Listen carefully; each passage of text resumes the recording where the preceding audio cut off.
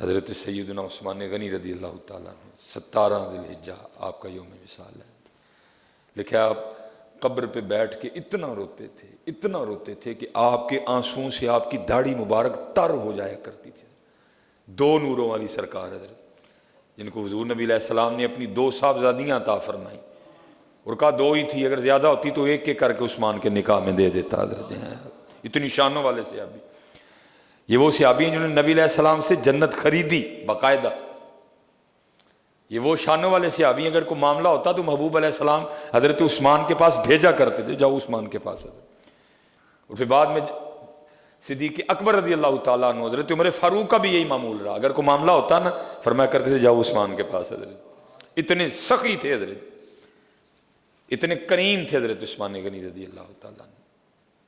لکھا ہے کہ وہ جناب صدیق اکبر رضی اللہ تعالیٰ عنہ کے دور خلافت کی ابتدا تھی. بالکل آپ باہر بیٹھے ہوئے تھے حضرت جی، ایک شخص آیا اور آ کے نا سلام عرض کرنے کے بعد عرض کرتا ہے حضرت آپ امیر بھی ہیں اور امیر بھی ہیں. پہلے امیر سے مراد کیا مسلمانوں کے امیر ہیں، اور دوسرے امیر سے مراد آپ دل کے بھی امیر ہیں. بعض دفعہ لوگ امیر تو ہوتے ہیں دل کے امیر نہیں ہوتے.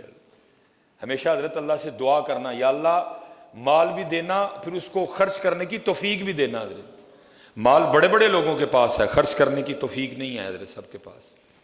رو پڑتے ہیں لوگ جب اللہ کے راستے میں خرچ کرنے کی بات. ہمیشہ اللہ سے دعا کرنا، یا اللہ مال بھی دینا لیکن اس کو خرچ کرنے کی توفیق بھی دینا. حضرت آپ صدیق اکبر امیر بھی تھے اور امیر بھی تھے. حضرت میں وہ شخص عرض کرتا ہے حضور میں کوئی عادی مانگنے والا نہیں، ایک تاجر ہوں، شام سے تعلق ہے، بس کچھ حالات اس طرح کے بنے کہ پاس ہی کچھ نہیں رہا. میں نے کسی کے پاس جانا مناسب نہیں سمجھا، آپ کی بارگاہ میں حاضر ہوا ہوں، مجھے خالی نہ لوٹائیے گا. لکھا صدیق اکبر رضی اللہ تعالیٰ نے اس شخص کا ہاتھ پکڑا تو اندر لے گئے. باہر سے حضرت جی گھر بڑا بہترین تھا، لیکن جب اندر گئے تو شامی بزرگ کہتے ہیں کہ چارپائی تو دور کی بات ہے، اندر ایک پھٹی چٹائی بیٹھی تھی، خود بھی اس پہ بیٹھ گئے اور مجھے بھی بٹھایا. دوں میرے گھر میں تو خود بیٹھنے کے لیے چارپائی بھی نہیں ہے کوئی ہے. حضرت جی یہ تھی ریاست مدینہ.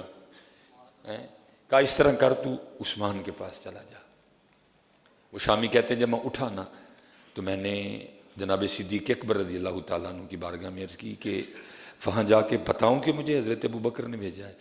آپ نے فرمایا تجھے کہنے کی نوبت ہی نہیں آئے گی، چلا جا. اب وہ شامی بزرگ کہتے ہیں جب میں حضرت عثمان غنی رضی اللہ تعالیٰ عنہ کے گھر پہنچا نا تو اب وہاں جا کے کیا سنتا ہوں، آپ اپنی بیوی اور بچوں کی تربیت فرما رہے ہیں اور کیا کہہ رہے ہیں، یہ تم دودھ میں شہد ڈال کے کیوں پیتے ہو؟ خبردار آج کے بعد دونوں کو اکٹھا نہ کرنا.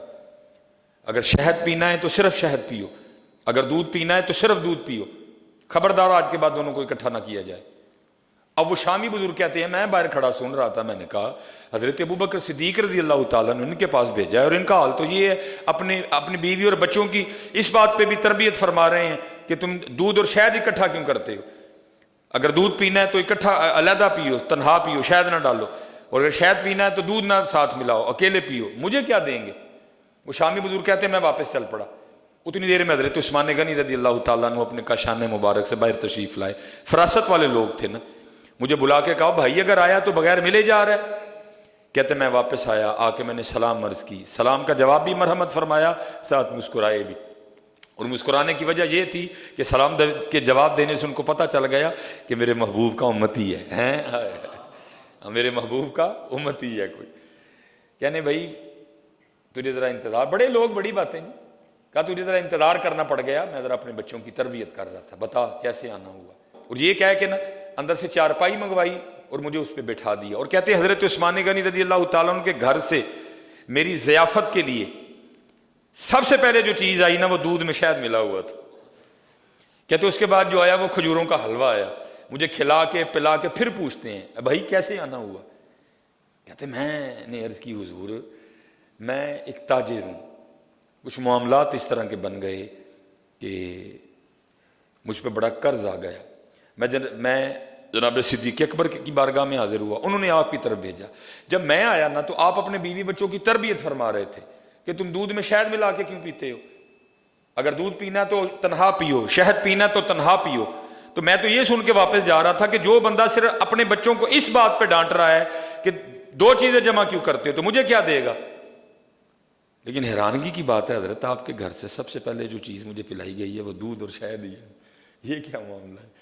فرمایا بچوں کو اس لیے ڈانٹ رہا تھا کہ عثمان کے پیسے اس لیے نہیں ہیں کہ صرف آل عثمان اس سے لطف اندوز ہو، بلکہ یہ پیسے تو میں نے اس لیے رکھے ہوئے ہیں کہ میرے محبوب کی امت پہ خرچ ہوں، اس لیے ان کو منع کر رہا تھا کہ دودھ بھی میٹھا ہے شہد بھی میٹھا ہے، دونوں کو کیوں ملاتے ہو؟ اگر دودھ پینا تو تنہا پیو، شہد پینا تو تنہا پیو۔ عثمان کے پیسے اس لیے نہیں ہیں کہ صرف عثمان کی اولاد اس سے لطف اندوز ہو، بلکہ یہ پیسے تو اس لیے ہیں میرے اللہ کی مخلوق پہ خرچ ہوں، میرے محبوب کی امت پہ خرچ ہوں حضرت، اس لیے ان کو کہہ رہا تھا۔ اور تجھے دودھ اور شہد اس لیے پیا کیونکہ تو مہمان بھی ہے، تو میرے محبوب کا امتی بھی ہے۔ اچھا کہتے میں نے اب اپنا معاملہ آگے بتایا بھی نہیں، فرمانے لگے وہ 2 اونٹ میں نے تیرے لیے تیار کیے ہیں، سامان بھی ہے، پیسے بھی رکھوا دیے ہیں، ساتھ تیرے اور تیرے بچوں کے کپڑے بھی ہیں، جا لیتا جا۔ اور میں نے اس میں 4000 درہم بھی رکھوائے ہیں۔ کہتے میں بڑا حیران ہوا، وہ میں تو تھوڑے مانگنے آیا تھا، حضرت نے اتنے زیادہ عطا فرما دی ہیں۔ اچھا کہتے میں جب نکلنے لگا نا تو پھر دل میں خیال آیا کہ مال تو میرا ہے، لیکن جو اونٹ ہیں اب ان کے بارے میں نہیں پتا کہ ان کا کیا کرنا ہے۔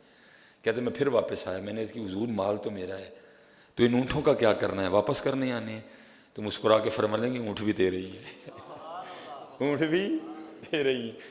کہتے میں نے شکریہ ادا کیا، تو آگے سے مسکرا کے فرمانے لگے میرا شکریہ نہ ادا کر، شکریہ ادا کرنا تو جا کے ابو بکر کا ادا کر ہے۔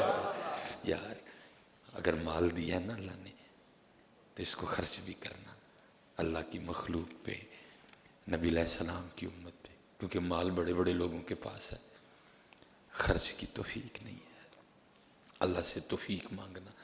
اور میں تو اکثر کہا کرتا ہوں امیرو، وہ تمہارے لیے تو یاری بڑی سوکھی ہے، ہم غریبوں کے لیے تو بڑی اوکھی ہے، ہم تو روزے رکھیں گے، مجاہدے کریں گے، ساری رات شب بیداریاں کریں گے، پھر بھی پتہ نہیں یاری لگے گی کہ نہیں لگے گی۔ لیکن میرے محبوب نے فرمایا السخی حبیب اللہ، سخی اللہ کا دوست ہے۔ تمہیں تو اللہ نے کمال دے دیا، تم پتہ نہیں کیا کر رہے ہو، تو میں بھی اس کو پکڑ کے رکھ رہے ہو، یاری لگاؤ اس کو اللہ کے راستے پہ خرچ کر کے، اللہ اور اللہ کے رسول کے لیے۔ تمہارے لیے تو بڑی آسان کر دی رب اللہ اور اللہ کے رسول نے، یہاں تو جان جائے گی پھر بھی پتہ نہیں دوستی لگے گی کہ نہیں لگے گی۔ فرمایا سخی حبیب اللہ، سخی دوست ہے اللہ کا، لگاؤ اللہ سے دوستی یار، اگر مال دیا ہے اللہ نے، اس کو خرچ کرو حضرت، غریبوں پہ خرچ کرو، یتیموں پہ خرچ کرو، فقیروں پہ خرچ کرو، مسکینوں پہ خرچ کرو، جو آپ کے نیچے لوگ کام کر رہے ہیں ان پہ خرچ کرو حضرت۔